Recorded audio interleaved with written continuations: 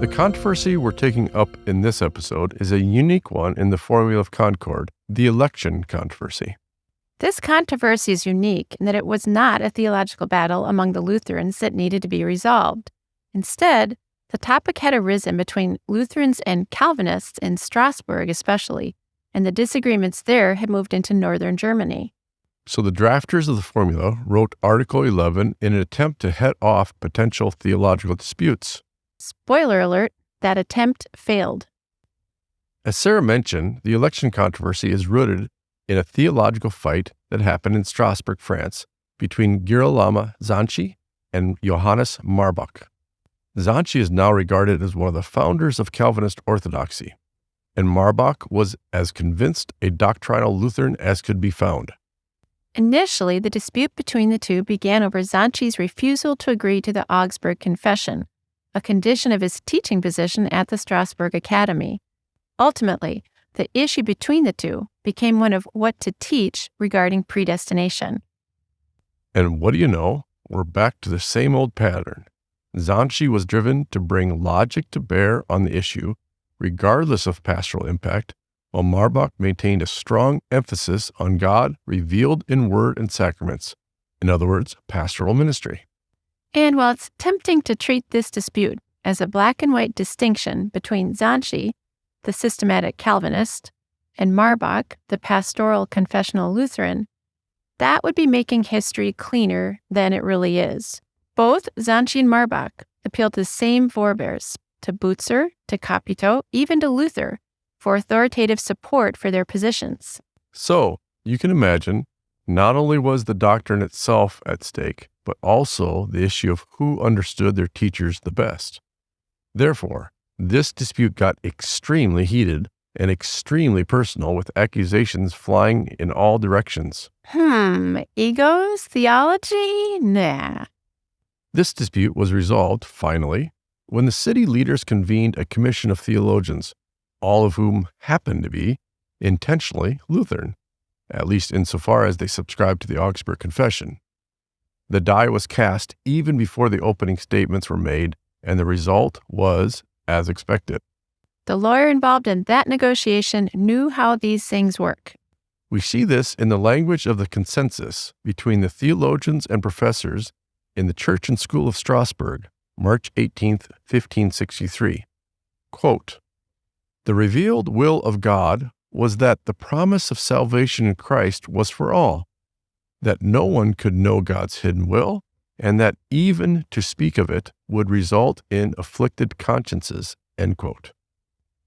Nice. And not surprisingly, these are concepts and language that would end up in the Formula of Concord. Zanchi signed the agreement, albeit reluctantly and with qualifications, and left Strasbourg shortly thereafter. What is significant about this statement is the concern for the afflicted consciences, which is at the heart of the issue of election. Zanchi's understanding left uncertainty in the conscience. The Lutheran assertions established a firm and certain promise that is based on the understanding that God does not lie. But that's all we have, a promise and not a formula. The pastoral implications of these discussions are evident in the second flank of the election controversy. The second significant event in the election controversy occurred in the form of a series of 7 sermons written by Cyriacus Spangenberg, a pastor considered to be one of the leading scholars and thinkers among Luther's and Melanchthon students. Spangenberg spent the last years of his life exiled as a criminal because of his defense of Flacius's view of original sin. While in exile, he devoted his time to writing and engaging in a variety of controversies. His interest in the synergistic controversy led him to write the 7 sermons because of his concern that the synergists' attacks on the foundation and basis of the faith had caused some to think that they had taken salvation into their own hands. In this series of sermons on predestination, Spangenberg's pastoral emphasis is evident. In the first sermon, he urged fellow pastors to make the distinction between law and gospel when preaching about election. Spangenberg wrote, quote, "If you try to assess God's election from the standpoint of the law, despair is the only possible result. Therefore, believers must hear the gospel of Christ, to whom all judgment over life and death has been given when they think of predestination, end quote. For Spangenberg, the issue of election is one of great comfort to God's people because it is the very gospel of Christ.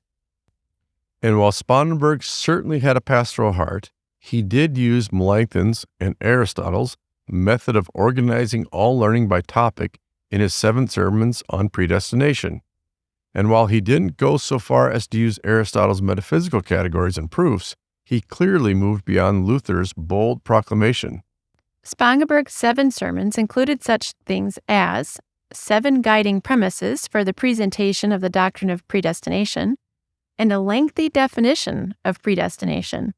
They include as well the engagement of the distinction between God's foreknowledge and God's election of his chosen people, categories and distinctions which the formula picks up as well. Reaction to Spangenberg's sermons was swift and clear. Melanchthon's successors, his son-in-law Caspar Putzer, Paul Eber, and Paul Krell, George Major's son-in-law, had taken over theological leadership among the electoral Saxons. They quickly accused Spangenberg of being a heretic and charged him with promoting a new and false view of predestination.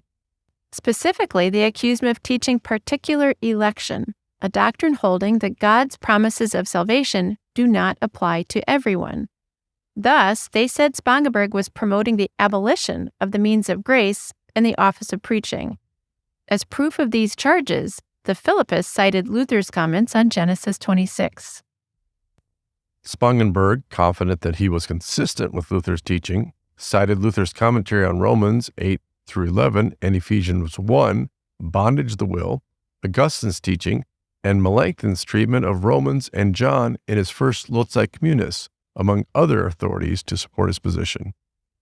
While agreement was not reached between Spangenberg and the electoral Saxons, the dispute caught the attention of Martin Chemnitz, a highly regarded student of Melanchthon's in North Germany. Chemnitz read Spangenberg's sermons book, and he wrote a letter to a Wittenberg student, Conrad Schlusseberg, in which he said that he did not see that it teaches anything false or any newly invented formulations. Over the next 7 years, Chemnitz wrote several sermons and handbooks for preachers that dealt with the topic of predestination. Throughout these writings, Chemnitz maintained a pastoral emphasis on the impact this issue had on parishioners and cautioned against attempting to treat predestination as a philosophical issue. While Chemnitz was engaged in these activities in northern Germany, Jakob André, a professor at the University of Tübingen, was engaged in a series of academic disputations on the topics of Melanchthon's Loci Communes. André was responsible for the topic of predestination in 1574, and in that disputation, he set forth the rule that, quote, "It is a matter of the gospel that creates hope, not of the law that terrifies, accuses, and condemns," end quote. While this was an academic disputation, and as such consisted of the use of topics and prosperous distinctions mentioned above, André did still draw a line in distinguishing between the hidden God and God's will as it is revealed in and through Christ. In making this point, André wrote that, quote, "Those who hear the gospel should never wonder if they are among the number of the elect, for God promises in his word that those who trust in Christ shall be saved," end quote. All this was leading to Article 11 of the Formula of Concord. As we mentioned at the beginning of this episode, Article 11 was not written in response to a heated theological dispute. There were certainly conversations among a number of theologians regarding theories popular among Calvin and his followers, such as election for condemnation, otherwise known as double predestination. But Article 11 does what it can to try to head off future theological battles. It did this by combining language from a number of different negotiated documents, such as the Swabian Concord, the Swabian Saxon Articles, the Maulbronn Formula, and the Torgau Book. These documents were written and negotiated by Andrea, Chemnitz, Osiander, and David Chytraeus, among others. The results of this degree of negotiation, combined documents, and the number of authors involved are evident in the Formula of Concord. Some sentences are completely duplicated in Article 11, such as is found in the last sentences of sections 649.52 and 649.55, respectively. And just a cursory examination of the document reveals entire sections of the text of Article 11 taken from Andre's Swabian Concord and placed next to Chemnitz's words from the Swabian-Saxon Concord. Broadly speaking, paragraphs 1 through 64 consist of Chemnitz's language, while paragraphs 65 to the end are Andre's language. All in all, it's enough to give a lawyer hives. Yes, it is. In addition to these textual issues, Article 11 continues a shift away from Luther's bold, God-centered approach to election and toward Melanchthon's more human-centered and somewhat philosophical approach to theology. Certainly, the overall tone of Article 11 is moderate and pastoral, as it attempts to provide the comfort of the gospel to those grappling with predestination. But the very first words in Article 11 are centered on a distinction between God's eternal foreknowledge and the eternal election of God's children to salvation. Foreknowledge applies to everything that happens, whether good or evil. God must, of course, be described as remaining free of the evil which God foreknows but does not forewill. God's foreknowledge does participate in this evil, though, by preserving the structures of creation in spite of the evil, setting limits and restrictions on evil, and punishing it as God's will.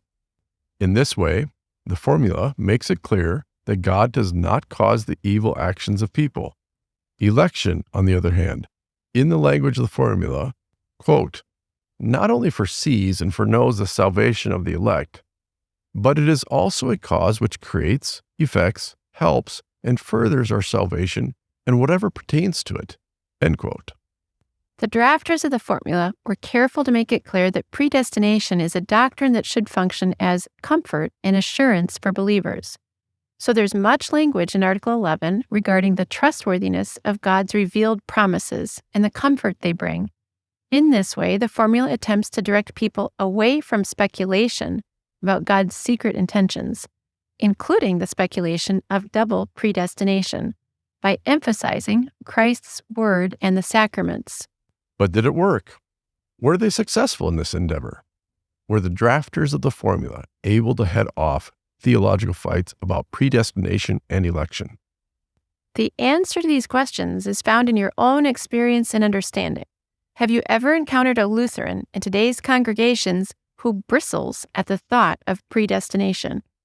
Have you ever met a Lutheran who doesn't like the idea, not only that God chooses, but that he chooses whom he wants to choose, leaving some chosen and others unchosen? Have you ever seen someone frustrated and raging against the realization that God is not fair? We want you to recognize the reality that theologians and pastors at the time of the formula and to this day also react and respond to the issue of election and predestination with contempt, resentment, and even disbelief. Fair enough? Fair enough.